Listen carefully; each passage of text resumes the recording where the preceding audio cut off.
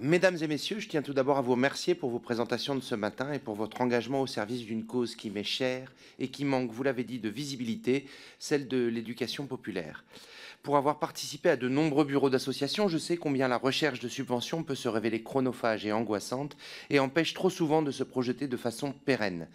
Je voudrais à ce propos revenir sur un point que vous n'avez pas évoqué, le contrat d'engagement républicain instauré le 31 décembre 2021 dans le cadre de la loi séparatisme et qui a été vécu par de nombreuses associations de mon département comme une menace sur leur liberté d'expression et d'action. Ce contrat peut transformer l'attribution ou le retrait de subventions en outil politique de contrôle du secteur associatif, voire de rétorsion, comme on a pu le voir en région Auvergne-Rhône-Alpes. Face à ce constat, notre groupe a déposé le 4 juillet 2023 une proposition de loi visant à l'abroger.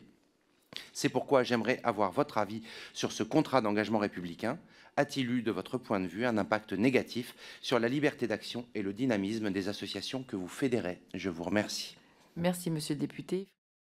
Monsieur le député, le contrat d'engagement républicain, comme je l'ai évoqué tout à l'heure, effectivement, on le voit à l'heure actuelle produire des effets à bas bruit. On est en train de s'organiser entre associations, notamment avec le mouvement associatif, le collectif des associations citoyennes, pour essayer de documenter ce qui se passe sur le terrain. Et en fait, on constate très bien que progresse quelque chose d'une forme de, à l'heure actuelle, dans des champs très particuliers, effectivement, d'associations qui sont mises à mal dans leur capacité de liberté d'expression ou de liberté d'action, mais aussi, et ce qui est peut-être presque plus inquiétant, c'est une vraie logique d'autocensure.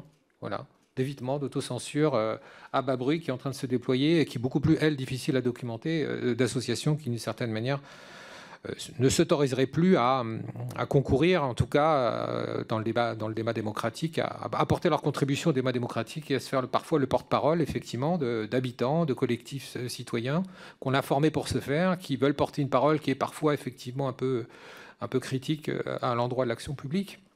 Mais je pense que c'est précisément le rôle des associations de permettre d'organiser cette parole-là, de manière constructive pour l'inscrire dans le débat public démocratique.